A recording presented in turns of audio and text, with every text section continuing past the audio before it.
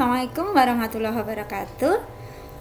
Kita lanjutkan untuk kelas 11 pembelajaran kimia. Kita sudah selesai dengan materi sebelumnya, yaitu laju reaksi. Maka kita lanjutkan dengan kesetimbangan kimia gitu. Oke, apa saja akan kita pelajari di kesetimbangan kimia? Yang pertama, kesetimbangan dalam kehidupan sehari-hari.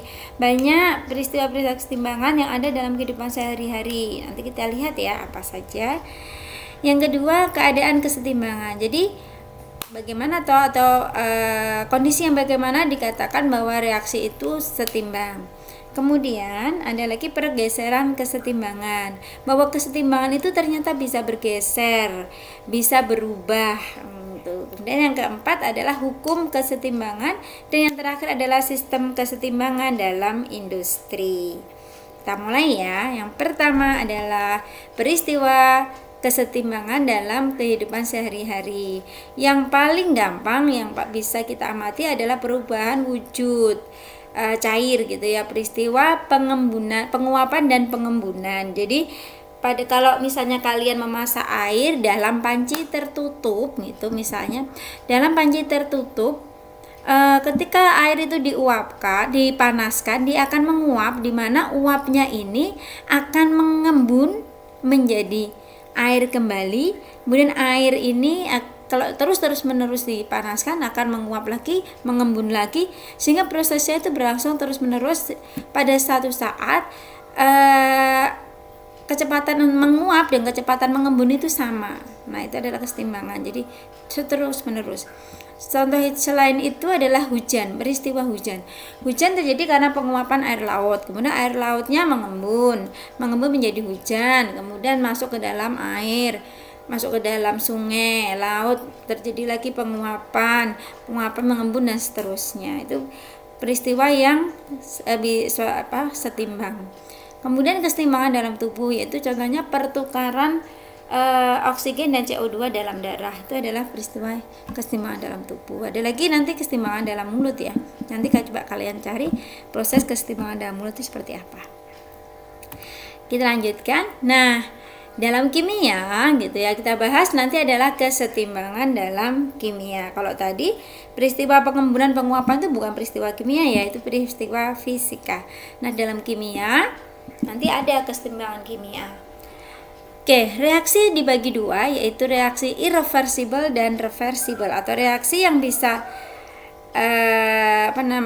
balik, ada reaksi yang tidak dapat balik. Contohnya misalnya reaksi pembakaran. Jadi misalnya paling gampang adalah ketika kertas dibakar menjadi abu.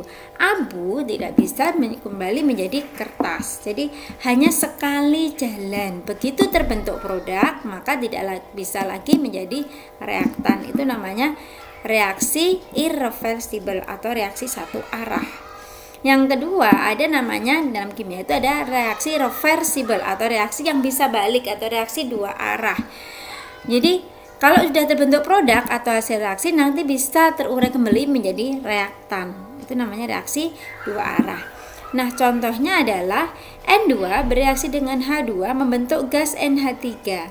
Nah, gas NH3 ini bisa terurai menjadi gas N2 dan H2 dalam sistem tertutup otomatis ya. Gitu tadi. Oke. Ya, kita lanjutkan. Jadi, peristiwa kesetimbangan ini bisa terjadi pada reaksi yang reversible atau reaksi yang bisa balik. Nggak bisa kalau kemudian reaksinya satu arah, nggak bisa terjadi kesetimbangan. Nah, kapan suatu reaksi reversible tadi atau reaksi yang bisa balik tadi dikatakan dalam kondisi setimbang? Yang pertama, jadi reaksi tersebut, jadi misalnya reaksi Ma plus Nb menjadi Pc plus Qd, ini adalah suatu reaksi reversible atau yang bisa balik.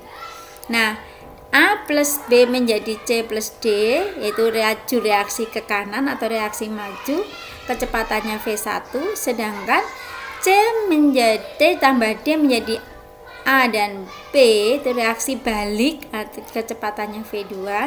Nah, setimbang jika laju reaksi ke kanan atau laju reaksi pembentukan produk sama dengan laju reaksi ke kiri atau laju penguraian produk. Jadi setimbang jika, diingat ya, laju reaksi ke kanan sama dengan laju reaksi ke kiri. Nah, syaratnya apa bisa setimbang? Tulis ulangi. 1. Reaksinya harus berlangsung dua arah atau bisa balik atau reversible. Yang kedua, yaitu sistem tertutup. Sistem tertutup di sini bukan berarti wadahnya harus tertutup ya, tidak harus seperti itu. Sistem tertutup itu maksudnya tidak ada zat yang keluar ataupun yang masuk. Jadi tidak ada penambahan produk ataupun pengurangan reaktan yang keluar dari sistem tersebut. Bisa saja dia harus sistemnya tertutup. Karena apa? Contohnya kalau dia bentuknya gas, harus ditutup karena gas kan bisa menguap kemana-mana. Tapi kalau reaksinya tidak dalam bentuk gas, misalnya padatan dengan larutan yang tidak menghasilkan gas keluar, dan bisa aja dalam kondisi terbuka atau wadahnya terbuka, tapi sistemnya tertutup karena tidak ada penambahan atau pengurangan produk ataupun reaktan. Yang kedua, bersifat dinamis. Bersifat dinamis itu maksudnya gimana? Bersifat dinamis itu berarti selalu ada perubahan. Artinya apa? Jadi secara makroskopis dalam kesetimbangan itu memang konsentrasi masing-masing zatnya, masing-masing reaktannya itu tetap atau konstan. Secara makroskopis, secara keseluruhan itu konsentrasi masing-masing zatnya itu tetap. Tetapi secara mikroskopis, secara skala terkecilnya itu ada perubahan. Kita lihat seperti ini. Nah, misalnya kesetimbangan gas NO2 menjadi N2O4. Mula-mula NO2 itu makin lama makin berkurang, N2O4-nya makin bertambah. Nah, ketika dalam posisi setimbang seperti ini, maka konsentrasi NO2 ini akan tetap. N2O4 juga akan tetap, jadi konstan, terus sama, terus gitu. Itu adalah posisi kesetimbangan yang pertama. Nah, tetapi di sini bukan berarti konsentrasi NO2 dan N2O4 itu mesti sama ya, tidak. Jumlahnya tetap, jumlahnya konstan, tapi bukan berarti selalu sama. Nah, pada kondisi seperti ini, yang kedua ini, maka NO2 ini makin lama makin berkurang, N2O4-nya makin bertambah. Nah, tapi dalam kondisi setimbang nanti konsentrasi NO2 dan N2O4 ini akan konstan gitu. Nah, yang di sini nanti kondisi selanjutnya NO2-nya bertambah makin banyak, sedangkan N2O4-nya berkurang gitu ya.